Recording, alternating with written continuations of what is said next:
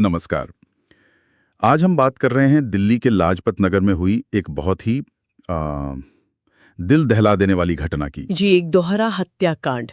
और हमारे पास इस वारदात से जुड़ी कुछ तफसीलें हैं। हाँ, और आज हम कोशिश करेंगे कि इस भयानक वारदात के जो मुख्य तथ्य हैं उनको समझें। आखिर हुआ क्या था? तो चलिए शुरू करते हैं उस पल से जब ये सब सामने आया। ये 2 जुलाई 2025 की रात थी।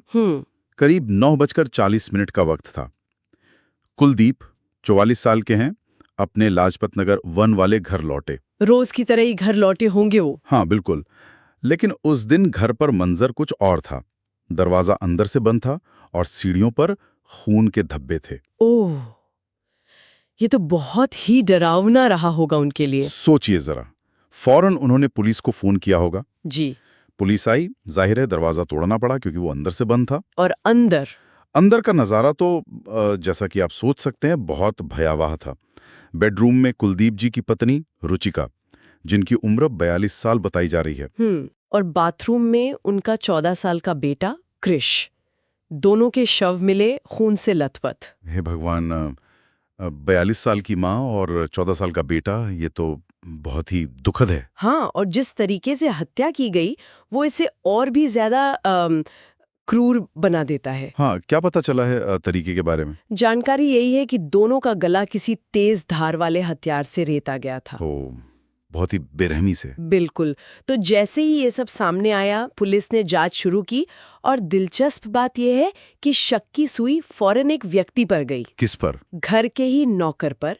मुकेश पासवान नाम है, 24 साल का लड़का, बिहार का रहने वाला। घर का नौकर? वो वहां क्या काम करता था? वो ड्राइवर का काम भी करता था और दुकान में भी सहायक था, मतलब घर का ही एक तरह से सदस्य जैसा। ओह, जिस पर आप भरोसा करते हैं, रोज देखते हैं। एग्जैक्टली। और यही बात शायद इस केस को और भी ज्यादा चौंकाने वाली बनाती है। वो मौके से गायब था। गायब था मतलब फरार हो गया था? हाँ, फरार था। इससे शक और पुख्ता हो गया। पुलिस ने फिर तेजी से कार्रवाई की।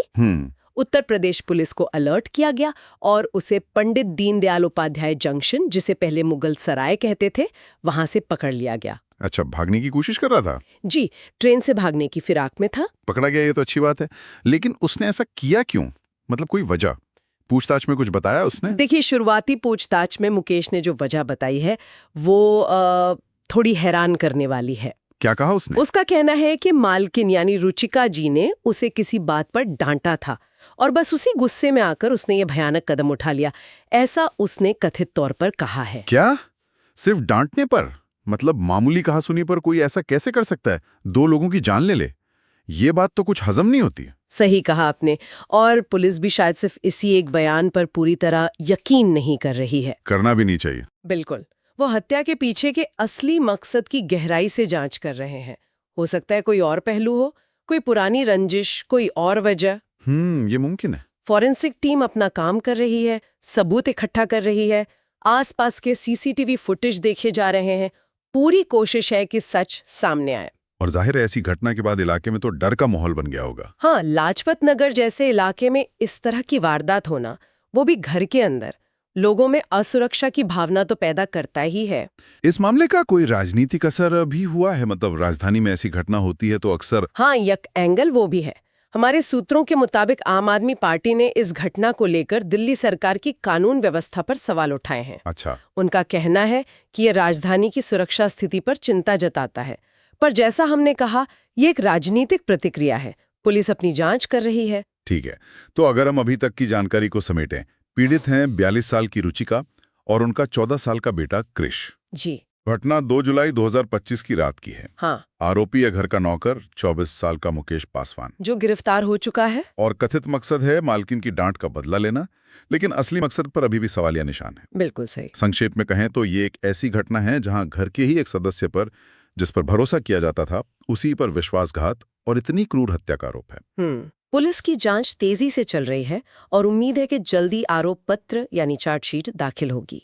हो सकता है उससे कुछ और परतें खुले। सही है, ये देखना होगा कि जांच में आगे क्या निकलता है। लेकिन ये घटना अपने पीछे कुछ गंभीर सवाल छोड़ जाती है।